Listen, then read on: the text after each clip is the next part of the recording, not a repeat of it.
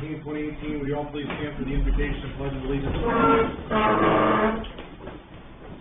Lord, we acknowledge your presence among us tonight, and we pray for your guidance during this meeting. Give us the wisdom to work in the best interest of everyone in our community. In your name we pray. Amen. I pledge allegiance to the flag of the United States of America and to the republic for which it stands, one nation, under God, indivisible, with liberty and justice for all.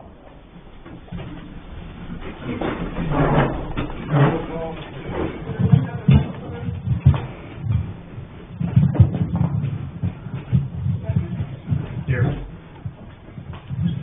Here. Here. Here. Here.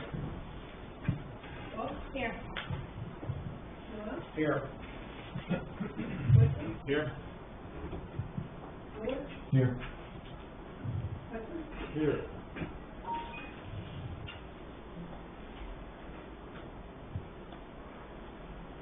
I received the meeting minutes from September 4th. Any questions or comments on those?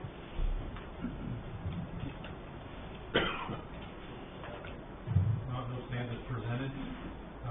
We received a letter from Kelly McCoy regarding Columbiana Cub Scouts Pack 16 requesting permission to do several tag days within the city on certain dates. We'll be taken care of later. As well as Marty Knowles requesting permission to change the North Elm Street block party date to October 13th, 2018 from 4 till 7:30. She previously received council approval on August 21st to hold a block party on North Elm Street on September 29th from 5 till 8:30 p.m. We received the Planning Commission meeting minutes from September 11th, 2018. Any comments or questions on those?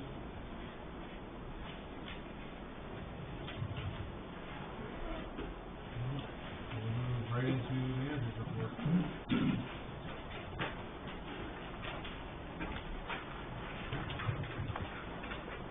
Been waiting for it for a while, but October 5th, we're going to have the ribbon cutting ceremony at the water treatment plant, and it's going to start at 10 a.m. And the Congressman Bill Johnson will be there, also the State Director of USDA, David Hall, will be there, so we're really excited about that. Fire station's coming along well, sewer line's been started, and we do have our road closure set up. We've been experiencing some conditions that's making it a little bit more difficult, including the weather this week, but we should be through that pretty soon. The Planning Commission made a recommendation to council to vacate a portion of Railroad Street for Columbiana Boiler to build a new building, place it on the agenda. You can see it just last minute. I gave you this support letter from CompCo, and that's what Planning Commission, I believe, council has been concerned about before. We've received some great news. I'm not sure if it made the paper yet, but Marty Grimm of the Community Action Agency, we had applied for the planning year 2018 CHIP application, which included both the county and the city of Columbiana, and we were awarded an amount to be split up with $543,000. Not exactly sure what the final breakdown is. It's kind of new information, but this is quite an achievement. It's a very competitive grant, so we're very excited about that. Remember last year, might have been 2016 when we received that. I believe we received about $300,000 in a very successful program, so we're looking forward to working with them again. Construction improvements on Pavilion 3 should start soon. That's ODNR project and a little R&B. We should be done by the end of this year. We're going to be working with a donor, Jeff Stoy, to install a concrete, which is going to save the budget on that program, so we're very excited about that. Mirror Lake Improvement Project will be starting soon. Street department, of course, pretty much all the departments worked on the street fair preparation and cleanup, all the way from safety forces clear down to the street departments. We really thank you. You know, we had some bad weather on Saturday, but I heard the first 2 nights was really successful. We took down the flower baskets right at the time of the street fair. The street department put down 24 tons of hot mix, and they continue to clean up that back lot for brush and leaves this year. Should note that we have been working with Ace Hardware again. They're going to be donating the bags, and that flyer should be going out early October, and that'll also be, I believe, the message on the bills going out. So I believe they're going to be giving them away on the 13th of October at Ace Hardware. Water department to continue working on minor issues with the new plant, but I think they'll be ready for the ribbon cutting, preparing for that, doing some cleanup work. Looking at the Crestview Road property, we need to consider putting a well there, and we're still considering that. We've experienced a couple pump failures at 2 well locations since the last meeting, and we're trying to get through those. And we had a company come into town. They haven't been here in 10 years, but they're looking for, they use this, I've never seen it actually done, but some high-tech equipment to look for leaks that may be there that we can't see visually. So they've been combing the town. They're going to do the entire city. The last time, as I said, it was 10 years ago, and I believe they found we reduced our output by 11% after they were done, so which is pretty good. Wastewater department, they did clean some sewer lines in preparation for street fair. We do have some trouble spots that we always address, and we don't want to be messing around with those when during street fair. So we did those prior to that. Of course, Park and Cemetery closing down the pool. The heater repairs that we made look like they really worked over the summer. We were checking that out. And let's see, we're going to be starting on Pavilion Street concrete preparation, and that'll be the park staff trying to help that out. Electric department, of course, they were a big part in the street fair preparation. Then we've been catching up on the services and light calls since then. And we did meet with engineers on a fiber optic project that we're going to try to link the north and south substation along with the city administration building. And we had some call-outs in the past couple of weeks due to the recent storms, and some of you probably seen some of the storm damage yourself. So I think that is it for the report there. We need a motion to concur with the city manager as well as the police chief to hire Mary Kloss as the new full-time police officer. So moved. Seconded.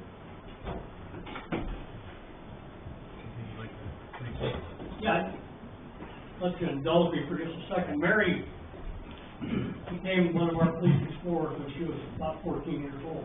She's been here quite a while, and she served 5 years, including 3 of those years as an explorer, as chief of the post. She ran the explorer post and had all those people essentially under her command and under her care. She had led admirably, and on November 3rd of 2015, she was appointed to the auxiliary police unit, and she served with distinction there, earning a promotion to sergeant on the auxiliary unit, where she also had care and command of people under her command to do these special events. Things as big as street fair and all those parades. It's a big job and a volunteer job, doesn't pay anything. On May 16th of 2017 is when she got promoted to sergeant. She also completed the Ohio Peace Officer Training Academy course in July of 2018, coming in second in her class with a score of 95% on the state certification exam. That's no mean feat. That's tough. Come in second. The physical demands of the academy nowadays are pretty demanding as well. So she had no problem doing our physical agility test after that. While she was doing that, she's only 3 months away at this point from completing a bachelor's degree in criminal justice studies with a minor in psychology at Kent State. She's been kind of busy. I'd say she's probably driven. She's probably an overachiever. She is exactly what I've been talking to you about for a number of years, how we like to identify people and bring them along in our system and appoint them to full-time jobs once they test out and get on our civil service list. And that's where she's at this point in time. When she stands here in a moment to be sworn, I would caution you and remind you that dynamite also comes in small packages. So just keep that in mind. I'd be remiss, you've heard me mention Kevin Floss a number of times. It happens that Kevin is Mary's dad. He's been here for a lot of years, served with distinction. He runs all of our special events for us. You heard me talk about him a number of times, but I see Elaine back here, Mom. I don't get to talk about her much. Since she's here, I'm going to talk about her too. But Elaine is a good friend of the department, and she is our go-to person when it comes to issues involving intimate partner violence, family violence, things like that.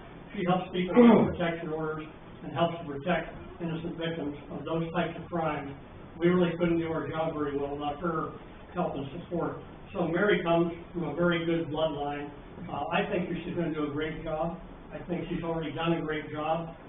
She's got some shoes to fill, but it's really a cool thing to me to see a generational cycle here with this group. And she came out with flying colors all the testing, and I'll present her now to you for swearing in if you so vote. And after you vote, then I would ask for Mom and Dad to come up and pin the badge. And answer your question. I'd be concerned about my job, Chief. Believe me, she's someone who was going to be someone. I think it's the first in the 9 years I've been up here. Any questions? Roll call? Becker? With great pleasure. Yes. Souter? Yes. McBain? Yes. Vincent? Certainly. Vaughn? Yes. Noah? Yes. Well, to be sworn, I guess. You have the other sheet to swear with? Let's see if I have it memorized. Yeah. Becca was going to provide it, maybe she didn't quite get there, but if you don't have it memorized, I still want to get the badge, That's fine, I'll let you off the hook so we can do that. Come on up. Whoever what? Bring families up, whoever wants to come on up. If you want pictures, if you want whatever else you want, help yourself. This is unclipped, don't stab yourself.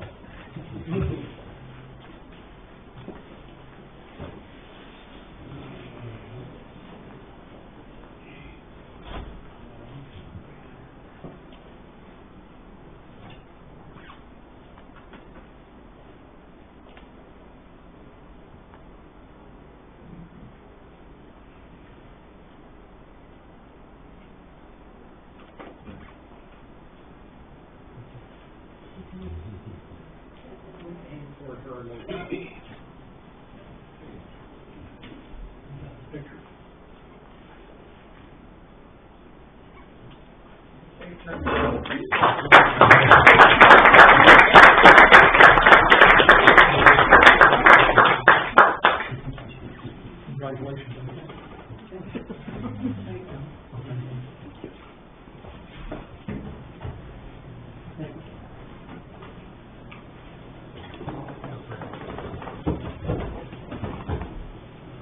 Received the bill list for September 18th. Any questions or comments on it? If not, due to the length of the ordinances, can I have a motion to read them by title only? So moved. Second. Roll call? Souter? Yes. McBain? Yes. Vincent? Yes. Vaughn? Yes. Noah? Yes. Becker? Yes. Resolution number 18-R-526, second reading. A resolution accepting the amount and rates as determined by the Budget Commission and authorizing the necessary tax levies and certifying them to the county auditor. Second. Any comment? Have roll call? McBain? Yes.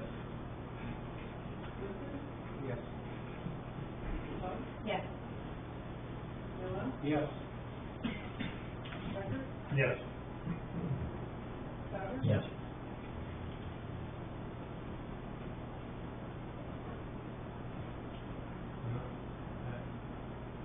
Mark, I just pulled up the, I just pulled up the, I feel remiss not to. I have the other. Yeah, you wanna do it? I mean, we can certainly Let's do do it. that. I I'm still gonna get back to it. your family's here. I was serious, I actually do have a number of them. Sorry, I don't want to call you late. Sure. Great. I just don't have it, we don't have the written note for her to sign. That's we can still swear in your family. We can do that. The video camera won't lie. Okay, Mary. What a paycheck. All right.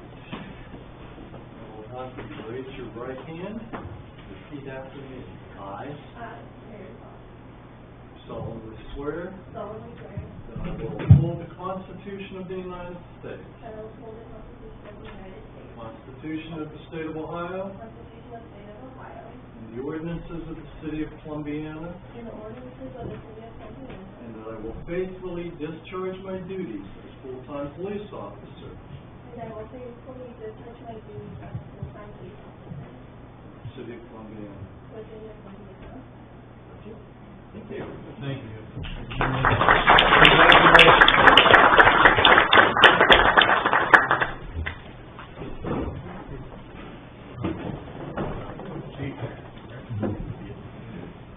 Resolution number 18-R-527, second reading. A resolution accepting the amount and rates as determined by the Budget Commission and authorizing the necessary tax levies and certifying them to the county auditor. So moved. Second. Any comments? Roll call. Yes. Yes. Yes. Becker? Yes. Souter? Yes. McBain? Yes. Resolution number 18-R-528, second reading. A resolution authorizing the city manager to execute an agreement with Huntington National Bank to obtain a credit card for the city of Columbiana. So moved. Second. Any comment? Roll call. Paul? Yes. Noel? Yes. Becker? Yes. Souter? Yes. McBain? Yes. Wilson? Yes. Ordinance number 18-O-2980, second reading. An ordinance authorizing the city manager to enter into a contract with United Healthcare for the purpose of providing health insurance benefits for the full-time employees of the city of Columbiana. So moved. Second. Any comments? I have some questions. And I would like begin by asking, could you explain to us how this is a part of our strategic plan? Make some comments about this plan and how we arrived at it. How we arrived at the plan we have in force today. Yes. Yeah, so if everybody received the packet, I think the easiest place to find this. You're looking at the new stuff then? No, the old packet that was provided. So this page right here gives a nice timeline, and then the financials follow it. I know a lot of you have been here throughout the whole time, but for those of you who are not, we began working with the city in 2013. At that time, the city was self-insured with MCA out of Pittsburgh, Pennsylvania. It was sort of unique in that they were the advisor to the city and also what you would consider the insurance carrier for the city. At the time, the spend was about $1.4 million. We changed administrators to MHS, which is fully owned by Medical Mutual of Ohio. We remain self-funded and we retained the plan design that was administered under MCA. They were able to manage it to a cost of $1.246 million.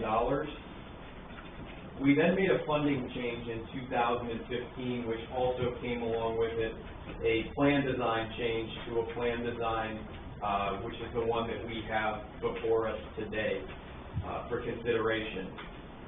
That funding change reduced the premium to $839,000 with a move to United Healthcare, and then as part of the Affordable Care Act, we extended the renewal date by 5 months from May 1st, the previous renewal date, to October 1st, where our renewal is now.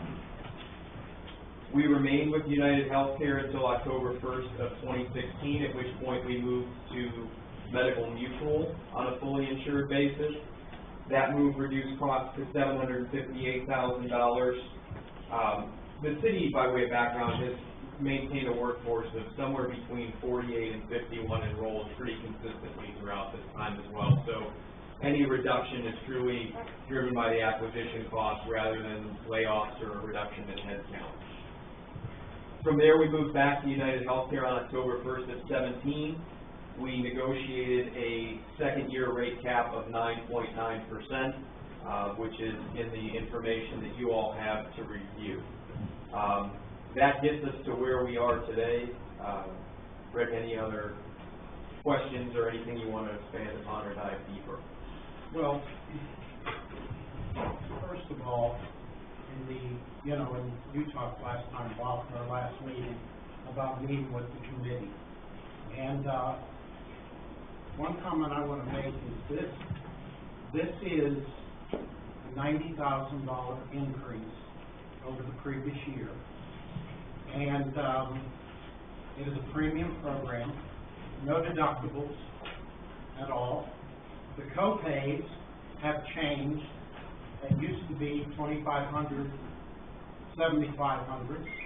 Now it's $1,500, $4,500. And the reason I asked about the strategic plan is that's your last proposal. The initial proposal given to us by UHC was a 30% increase based on our utilization. Isn't that correct? That's correct. Yeah. So in your strategic plan, having this plan, what do you think it will be next year if you had your crystal ball?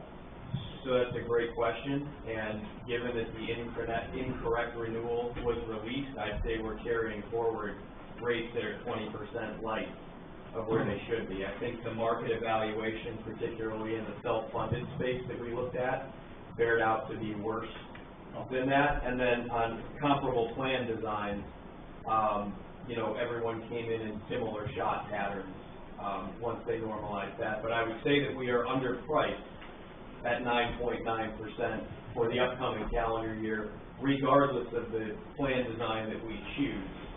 We're underpriced. I can tell you that if you saw the self-funded proposal, for those of you that have worked in self-funded space, in that arena, they will assign what they call lasers, or increased liability for individual members of the plan outside of the specific deductible that applies to everyone else. The proposal we received included 5 lasers for an additional $810,000 in claims liability. So that is 5 members of the enrollment total population. That includes all belly buttons, spouses, employees, children. They were going to shift $810,000 in claim liability for those 5. Well, my question is, we asked you for an HSA proposal, which you gave us in this packet. Instead of $995,000, the proposal on the HSA is $726,000, or $269,000 less. Now, that's a 38% reduction. Now, we've done some study here. The city of Salem has utilized, now I realize we might not be talking about apples and apples when it comes to the benefits to our employees. But my comment is, with that much money, and with communities like Salem, and Palestine, and Columbiana County, which have utilized the HSA money and developed plans where possibly we could use some of this money to help finance deductibles and co-pays like these other communities. I guess my question is, why didn't our committee get that information? So, when we start with the Am I committee- correct about the $270,000 difference? I show it at 223 here. If you were using the comparison, we normalized head count. If you were using the proposals, they may have used a different head count. But yes, you're absolutely correct. Our role as we see it in the interaction with both council and the committee is to be the representative within the insurance marketplace.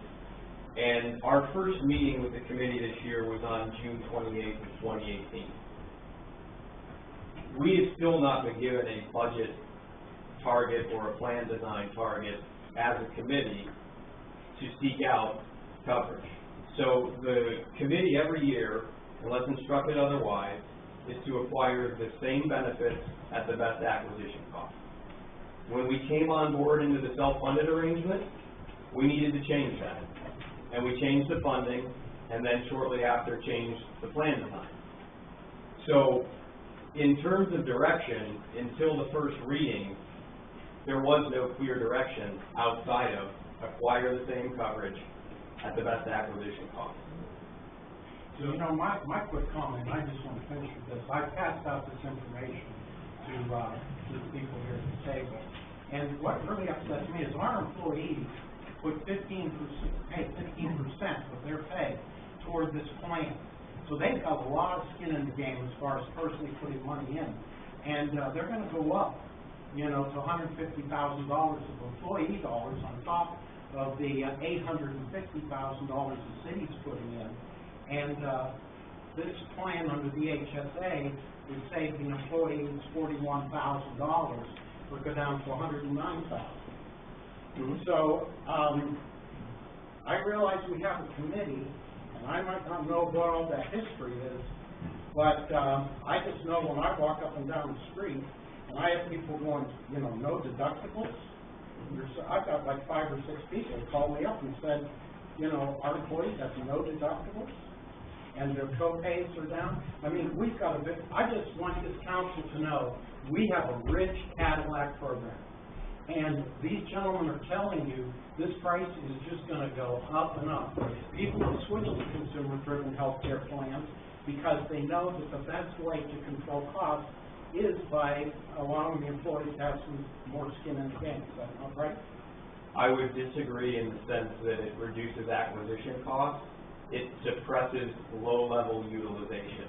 What's that mean? So, it's a great question. Under a health savings account, there is no first dollar coverage. So up until your deductible, you pay the negotiated discounted rate for a service. So let's use a sick visit at a doctor's office. Today, there would be a copay of $20 to go to that office visit. Under a health savings account, depending on where you go, it would range from $75 to $120. So when I say it suppresses low-level utilization, a lot of people will put off that office visit instead of shelling out the $120. And what you see is a spike in shock claims and a reduction in lower level claims. So will it lower the cost? What if the employer was offsetting by paying the rest of that deductible though? East Palestine and Salem are doing that. You are able to do that, but I would ask with 20% light here, we would just need to be realistic about the forecast of funding that plus an increased acquisition cost. But yeah, you could certainly shift that. That is what we do. It's right.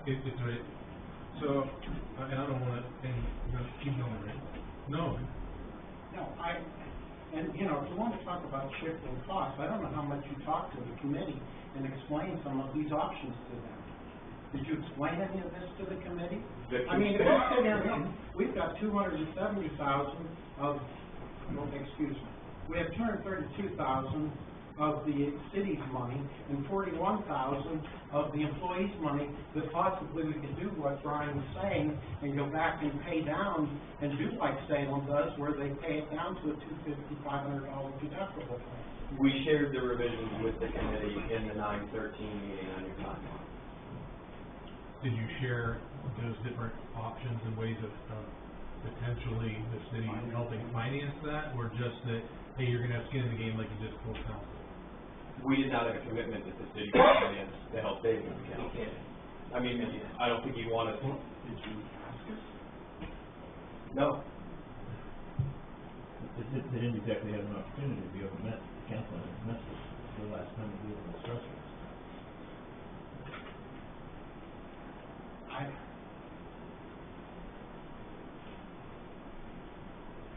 I think these numbers, I think where we're going is, I think we have to be thinking about what we want to do. That's all I'm saying. I would agree with you. I think that we need to look to the future on how we're going to handle healthcare. I also think that we're in a situation where we have union contracts where we've negotiated and settled on wages, benefits, and work conditions and everything else. And to go in and make major changes or shifts in that in the middle of those contracts, it seems like it could put the city at risk for all sorts of things. I mean, I can't see how we could possibly not pick up the extra cost of an employee if it's negotiated in those contracts. I don't know whether or not it has. We are not involved in the negotiations. I understand. Our contracts guarantee a percentage that the city pays and not a specific benefit, correct? Correct.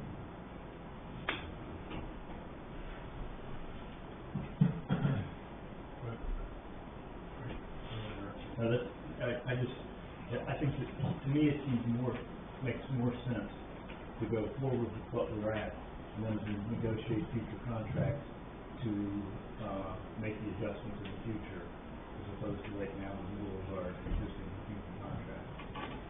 So if, We will always be in the middle of a union agreement when there's a renewal. Yeah.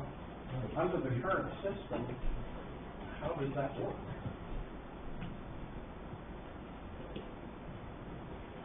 No. Question, if we approve this tonight as it is, how quickly are we able to start looking at something that would, lower our costs for the city and still give our employees the benefit? I mean, like, do we have to wait until this time next year to be doing this? Or can we, boom, October 1st, let's start this and let's make this happen so that we're not doing this with one day spare, basically? Would you like, is that for us or? For whoever can Yeah. answer that. So we can begin the process of looking at that. We completed medical applications within the last 90 days. Signatures are always good in a rolling 90 days. From an acquisition cost perspective, unless the risk within the group changed, the gross premiums will not change much. What you could change would be plan design conversations, more of those items. But to expect the risk within the group to change in 90 days, I would say the acquisition cost will not be any better. Can you make changes and strategic decisions? Yes. That's without penalty? That's without penalty. Fully insured contracts are month to month, so you can exit at your choosing. It is without a formal penalty, but you run the risk of upsetting everyone involved if you do not handle it correctly, i.e., you renew and then 90 days later you leave your carrier without any notification or giving them a chance to compete.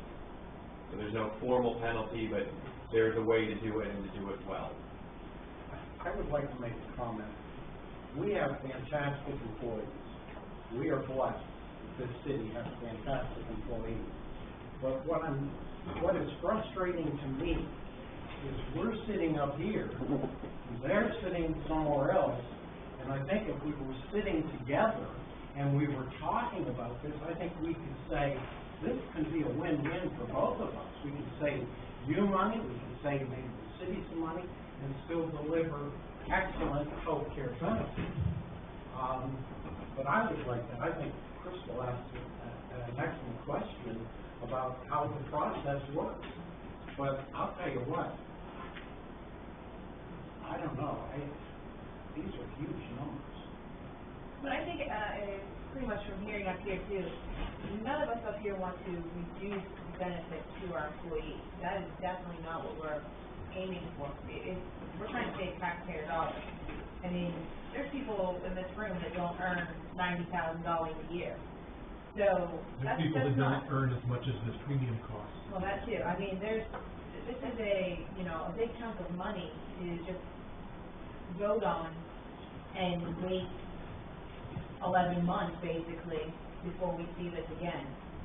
Well, I just want to say, carrier, plan design, any of that is always at the discretion of the client. We don't care where it is or where it goes. We want to facilitate the conversation between both sides to figure out what that is. And I would agree, Rick, that if we had both sides closer together, we would be more productive. I have a couple of questions, and don't take offense to these. They may sound offensive. Your website advertises and boasts the fact that you guys individually as a company are different than your competitors. That you proactively look for ways to come up with plans to long-term save money, to the point where you discuss everything else as a pervasive status quo of benefits agencies. Agencies mired in antiquated thinking and outdated habits, agencies who accept annual premium increases as immutable facts of life and celebrate less bad renewals as a victory. I kind of feel like that's what you've done to us here.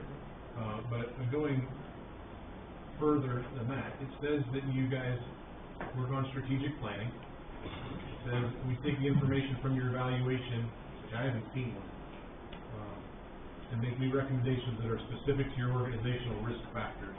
It says execution. Most firms implement programs at the brochure level. We roll up our sleeves to make sure everyone from finance to the factory floor understands the goals and objectives. I don't think anyone here understands the goals and objectives. You just said that no one had any goals or objectives. And then go ahead. It says performance reviews. Hope is not a strategy. Seems like in this case it was. It says we don't wait until the renewal to review our key performance indicators. Stop reacting and start managing.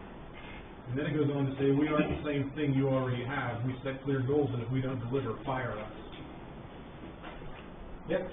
So if you guys are being trusted as the advisor to your city manager and this group, and you've come to the council tonight and said that not one time in any of these meetings that you've done that because you're waiting on their direction, and you're the professional that's supposed to be advising them based on what you say, why didn't that happen?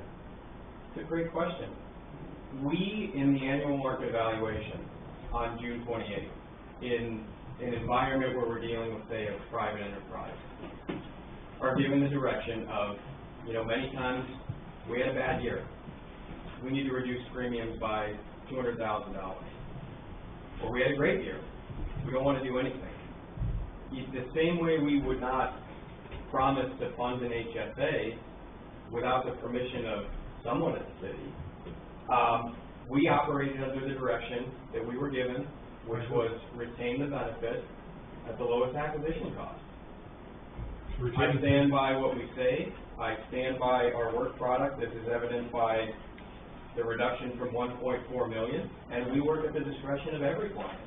And the city is well within their rights to not just evaluate the insurance, but our work product as well. I'd like to take it a step further. The Business Journal released an article last week. Yes. Yep. It says avoiding pitfalls when renewing health insurance, written by you. Correct? That's correct. It says getting a late start is a pitfall. It says regardless of your group size, it is inexcusable to start a renewal process any later than 90 days before your renewal date. And if you have to fill out medical applications, the carriers will accept those 90 days in advance, others up to 120. Every day that you wait to start the renewal process, the leverage tilts further and further away to your incumbent broker and insurance carrier and away from us. We didn't start this process till June 28th-ish, which within 90 days of that would have been the beginning of June. Said based on these numbers, we could have possibly, you actually list the carriers, and ours is one of them, that 110 days out. It doesn't look like we started getting numbers back until the middle of July. According to this, we could have had them at the very beginning of July. Council could have had this, but instead, we've had 2 readings. We get a packet on a Friday. We're supposed to vote on it 2 days later. So something that's supposed to take 120 days, this council had 3. You think that's This timeline, being a good advocate for us? This timeline Yeah. matches exactly what. it matches exactly what's in the article. Exactly what we just read. It, Form 5 signatures are good 90 for 90 days, days. only 90. July 1st is 90 days, that was a Sunday. The 4th was a Wednesday, as you'll recall, and the committee made the decision to start on the 9th because no one was gonna finish them. Form 5 started on the 9th. The first renewal came out on the 18th of July, and we can provide you the actual email, because I you have have to see all these. I have, An email from the carrier with the. With the renewal. I have. On the 18th, the revision on the 26th, our first DTQ on the 4th. I again would submit to you that I stand by the timeline and the work product. In your literature, you said, and I don't know exactly where I got this, I apologize, 110 days until renewal, UHC quotes will be available. 110 days. Where is it? That's somewhere in there. It's in this article, same article. Yeah. Okay, 110 days from October 1st is June 13th. Yep. And Did we have a proposal on June 13th? no, we had the first one on the 18th. Oh, For our January, can I make a comment? That's a month ahead. July. Can I make a comment? 2/3 of business renews on January 1st. So those renewals were issued. We had our medical mutual January 1st renewals. If you read the article, it specifically states, we received our January 1st medical mutual renewals as of the writing of the article. So I don't want to dispute you on that. January 1st is a different animal than 10/1 in our business, and I should have been more clear in that article, but I would not, say that it was a lie. I don't think you lied. I don't think that, we weren't being watched over.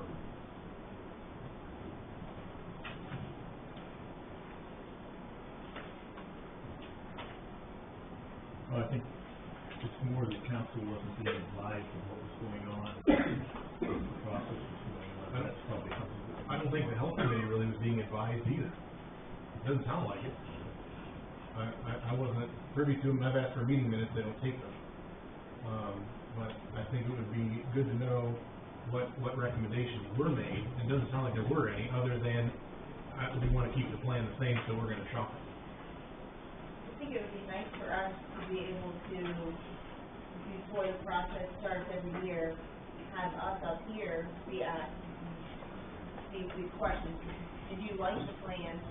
And then what did it save the city, or what it cost the city? You know, all those questions you said that you're looking for answers to. If we're not being asked them up here, and the committee isn't necessarily specifically being asked them because you're going by goals that were set 5 years ago or whatever, since we don't know if things are being updated, if people have opinion changes, things like that. We did solicit opinions from the committee in the The benefits. AME is a very formal process, and we follow the same process with every client, otherwise we would But have. I completely agree with Yeah. both of you that we need more involvement from council in that. It would be as if we met with employees of a company and then not the executive team. Yeah, we absolutely. And then argued with us over that too. Exactly what it is. Because we were, As a minimum, we should be talking to Lance, as a minimum, and then anything that he sees needs to be talked about, he needs to bring it up, but as a, he'd certainly like to see it. As a minimum, he's got to be involved. See, what I'd like to say to our employees, I see where this is going. I see where we're gonna be next, if we don't do anything right now to really talk honestly and openly about ways that we can control healthcare costs, next year, we're gonna be sitting there. 300,000. We're gonna It's lose the gonna cap, be we're gonna lose the boom. cap after this year.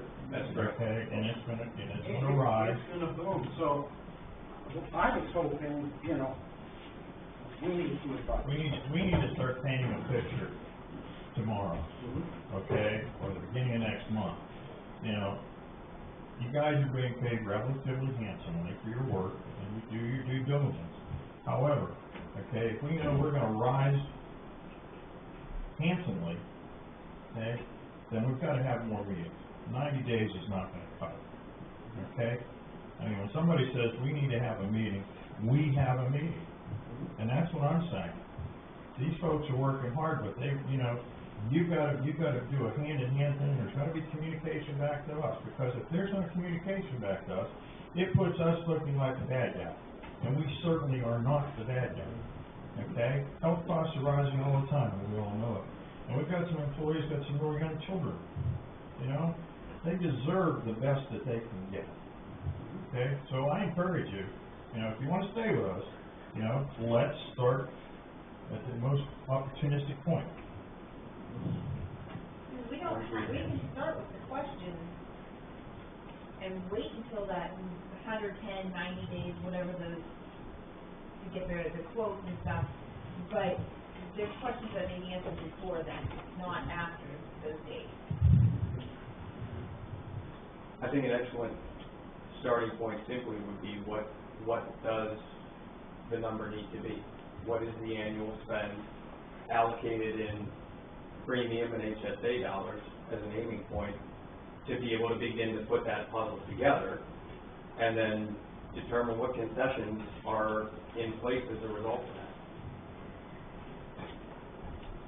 What I'm disappointed is the county, the city of Salem, the city of East Palestine, all have HSA components and systems built into their plan.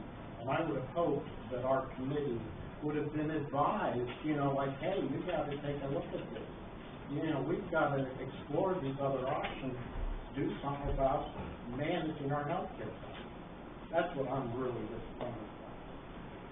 You know, I don't think we have to worry about the city of Salem or East Palestine. We need to worry about our community. I think, you know, we've got a good workforce. It seems like we're up here trying to punch them in the gut. You know, I'm just saying that, you know, and reach in their pocket and take money out of their pocket.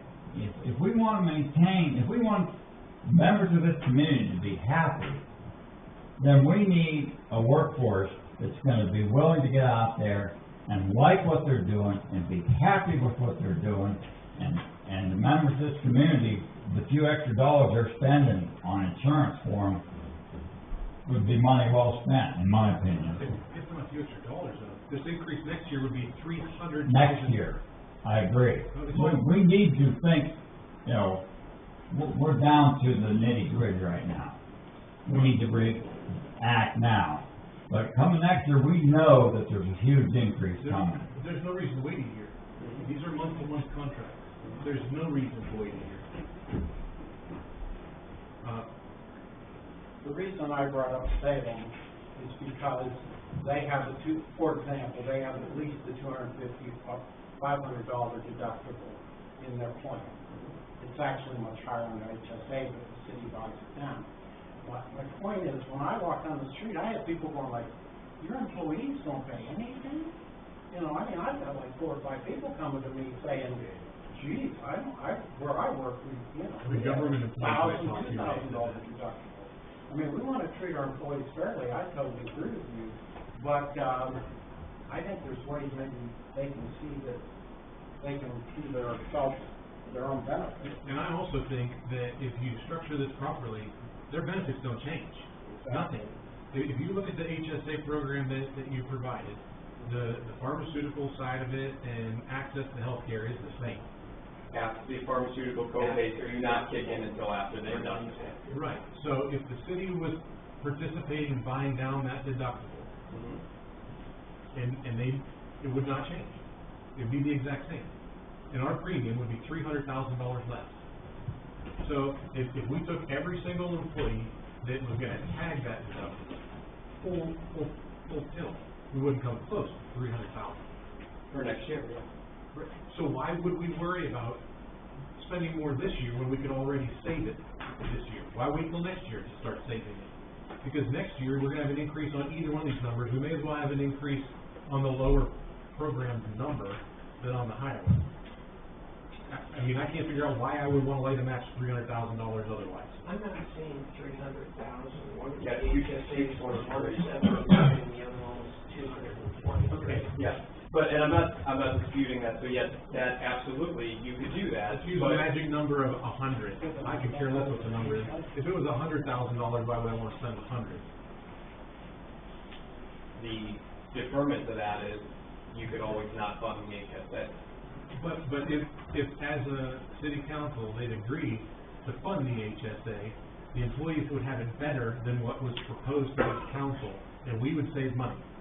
That didn't get relayed back to anyone. For the next 12 months, yes, but when we talk about and look at sustainably going forward, if the acquisition cost is gonna increase by 30% next year, which is the number we use. No. The savings is right here, it's only $179. Yeah, I'm sorry, if you're reading that, it's in color on ours. The total premium, Yeah. 726, and the total premium that we're looking at is $995. Yeah. 223. 995 It's like 270. 270 for the city, the difference is $232,000. For our employees, it's The rest of the employees are carrying that burden. So if we were carrying, that's $40,000 alone right there. If we could set aside $40,000 to pay for those benefits getting tagged and maxed out, and we had to buy that now, we're still $270,000 ahead, and they don't have anything out of pocket, nothing changes. I have to say, fellas, this very discussion took place in this room a week ago. And what Bob kind of glossed over was, we looked at that. What if they dispersed all the money back into the employee HSA accounts? And all I'm telling you is, I'm just the messenger. I'm just the go-between between you and your... You're not supposed to be a go-between, though. So that is... I would agree with you, yeah. Yeah, I mean, I don't That understand where that's discussion coming took from. place, and what the employee said was, and I'm not gonna say who it was, but it was everybody in the room nodding their head. What if a year or two or three, when this council moves on, others say, why are we funding this? We're not gonna do that anymore. I'm just trying to tell you both sides of the story. To think that those conversations didn't take place, they did. And that would be the benefit to getting everybody into the room. Yeah. I don't think there's a reason that there needs to be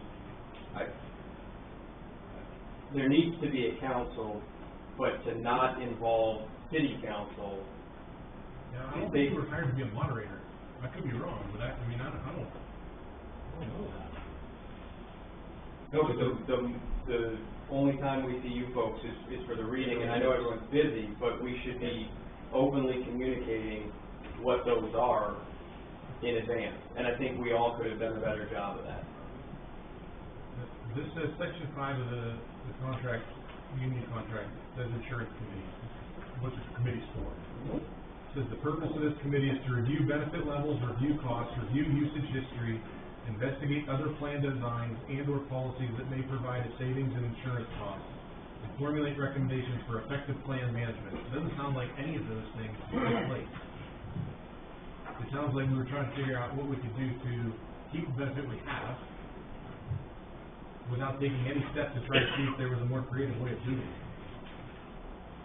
Right? I would defer to the meetings with the committee. I mean, I don't want to speak on behalf of any members of the committee, but The father seems to want to. we will go out to market at the direction that we were there, and at the risk of demeaning a Cadillac plan, this year was not without issues. And there's not without issues. Zero deductible doesn't mean employees pay nothing for their health care. There is an out-of-pocket maximum that they work toward and that they accrue. And it would be unfair to say that there were not issues with the current plan and that the current plan was voted on, understanding that those issues would continue. And I know that that sounds crazy, that with that type of plan design, there could be dissension. It does sound crazy Mm-hmm. to spend hundreds of thousands of dollars without looking at alternative options. Yeah, I'm not sure when I'm beating a dead horse here. I did want to add one thing, and it's just kind of what you said, to add on to that, we do have employees that have met the $4,500 out of pocket max for the year. So, and they wanted me to let you know that, so, I think that is important. But, first meeting's October 1st, or tomorrow. I think if you guys do this, that it should involve a timeline of getting the heck out of it. Like, in the legislation, that you start next week meeting with the committees, trying to come up with a way to make everyone happy. I don't think there's any problem with that. I think one of the things that council needs to consider is making the progress smooth, keeping the committee involved in what we're doing, so that there's a buy-in to it. I think the committee should be an absolute part of it, rather than, yeah. Absolutely. I think we should move to that end. If it takes us a month, if it takes us 2 months, if it takes us 3 months, so be it. But the fact remains, it's gotta be done properly. It's gotta be done so that everybody accepts this thing, and that none of the employees get hurt. I agree. I would not accept a plan that doesn't think the employees. And the last thing I'd like to say, I don't think the employees in that committee did anything wrong. I think they're police officers, they're laborers, they're office workers, they're not health insurance shoppers. So, for those people to be tasked with telling this council what they want without even understanding the inner workings of what could happen, or the budgets and everything else that affect it, I think it's wrong to put it on them alone. And honestly, me speaking, I think that the council, the city, and that committee looks to a trusted advisor to do what they say they do and recommend, rather than just go with what people that don't understand the process want.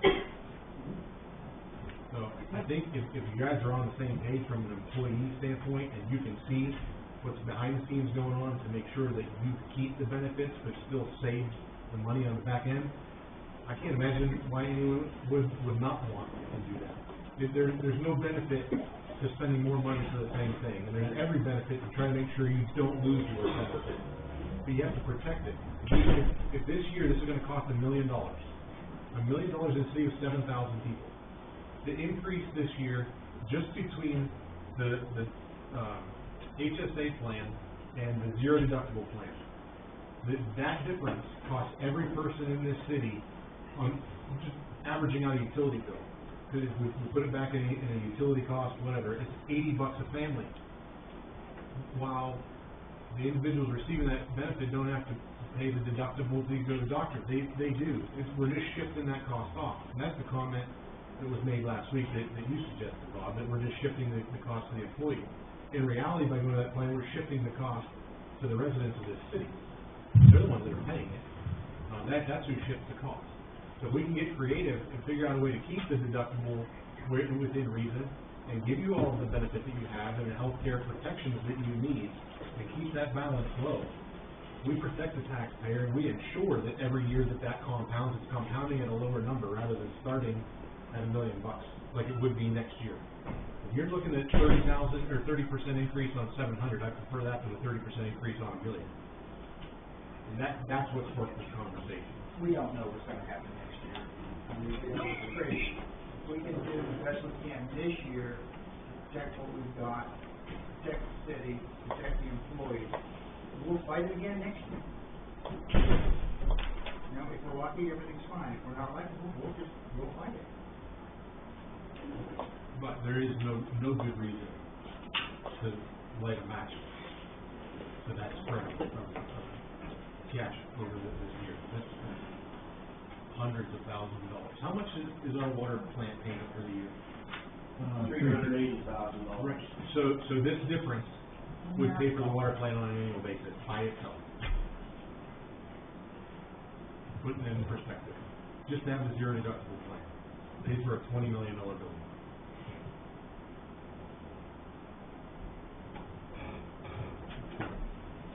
There's a motion and a second. Is there any amendment to this?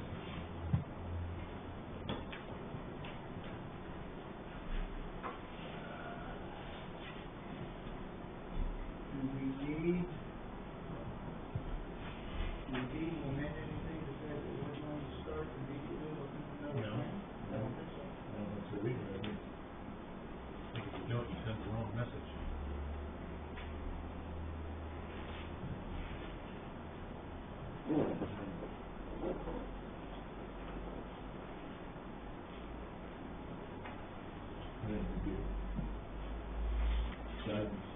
city manager to follow through with the conversations we've had and make sure they're happening.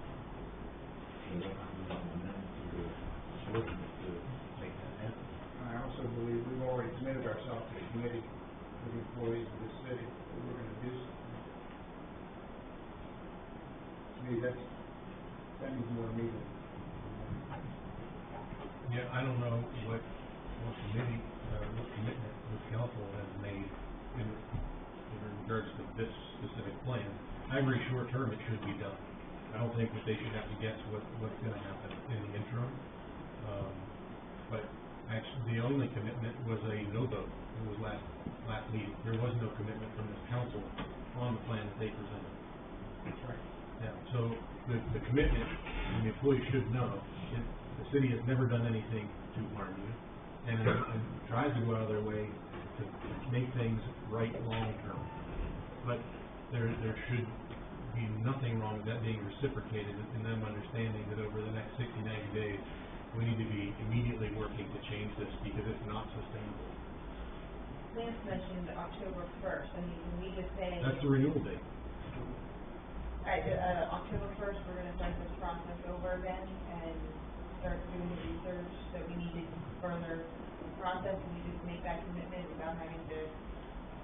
Yeah, I don't think you have to formally change this I think ordinance. that's just giving direction Yeah. to our city manager to get the process started, because we know what we're gonna stare at down the road 12 months from now. I'm just saying, we don't actually have to No. change. Yeah. You could vote separately when this is done, to set some meeting dates with that group and try to get on the same page together. I would rather direct the city manager to take charge of that, set the dates for us to meet. And that's like the. I think that's the right way to do it.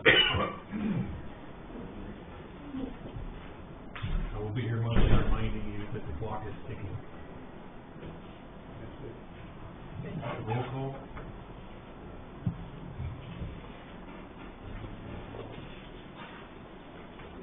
No. Becker? Yes. Howard? Yes. McBain? Yes. Wilson? Yes. Bob? Yes. Motion passes.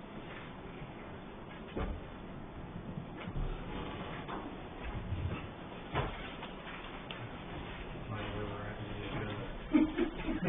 We have so much bigger business. Yeah, new business. I got it. I need a motion to approve the request from Columbiana's Cub Scout Pack 16 to hold several tag days on certain dates within the city of Columbiana. So moved. Second. Comment? The roll call? Becker? Yes. Howard? Yes. McBain? Yes. Wilson? Yes. Bob? Yes. Noel? Yes.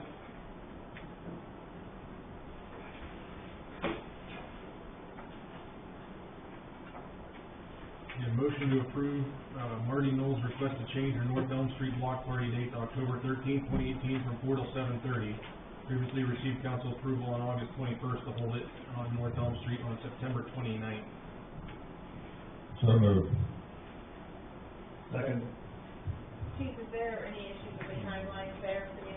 I don't know, having just seen this for the first time right now, I don't know. Have you aware of anything to conflict on that date at that time? No. Okay, it doesn't appear, Kevin is the events guy, he would know. So I'm saying it doesn't matter to us what day it is, as long as it doesn't conflict with a race route or any other event. It appears it doesn't. Ordinance number 18-0. I'm sorry. we didn't vote. No. Any other questions? Roll call? Howard? Yes. McBain? Yes. Wilson? Yes. Bob? Yes. Noel? Yes. Becker? Yes. Ordinance number 18-0-2981, first reading. An ordinance vacating 331.04 feet of West Railroad Street. So moved. Second. Any comments? Just one question, does this require a public hearing to, No, they own all the contiguous property, so, there's no need for a public hearing? Right. Okay. I'd like to say we want to really thank both the Boiler Company and Tonko Industries. The people down there were saving a lot of jobs. It's great to see those businesses working together, and we really appreciate what they're doing to try to keep Columbiana Boiler in Columbiana. It's great.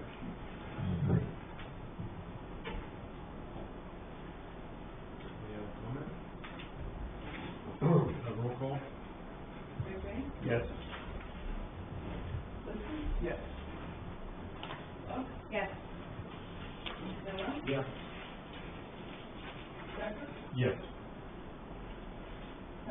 Yes. Lance, will there be any action after? We're the thing after, the great thing after the executive session.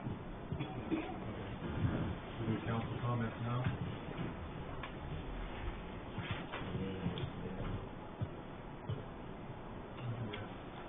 Anyone want to address council? Council comments? All the comments are out there. I need a motion to go into executive session regarding discussion of pending litigation, section 121.22 G3. Second. Roll call? Wilson? Yes. Bob? Yes.